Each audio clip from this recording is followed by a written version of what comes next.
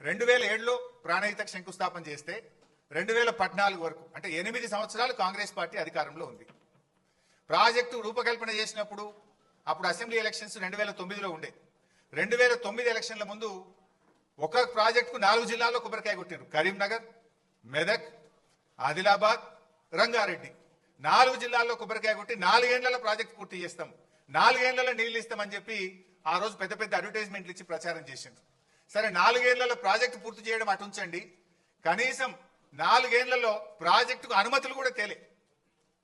4 ఏళ్ళు ఇచ్చిపెట్టండి, 8 ఏళ్ళు వాళ్ళే అధికారంలో 2007 to 14 కేంద్రంలో కాంగ్రెస్ ప్రభుత్వం, మహారాష్ట్రలో కాంగ్రెస్ ప్రభుత్వం, ఆంధ్రప్రదేశ్లో కాంగ్రెస్ ప్రభుత్వం. అప్పుడు ఇదే ఉత్తమ్ కుమార్ రెడ్డి మంత్రిగా ఉన్నాడు, ఇదే కోమటిరెడ్డి వెంకటరెడ్డి మంత్రిగా ఉన్నాడు, ఇదే శ్రీధర్ బాబు మంత్రిగా ఉన్నాడు. కానీ వీళ్ళెవరూ పట్టించుకోలే. 8 ఏళ్లలో కాళేశ్వరం ప్రాజెక్టుకు అసలు అనుమతులు కూడా సాధించినటువంటి పరిస్థితి.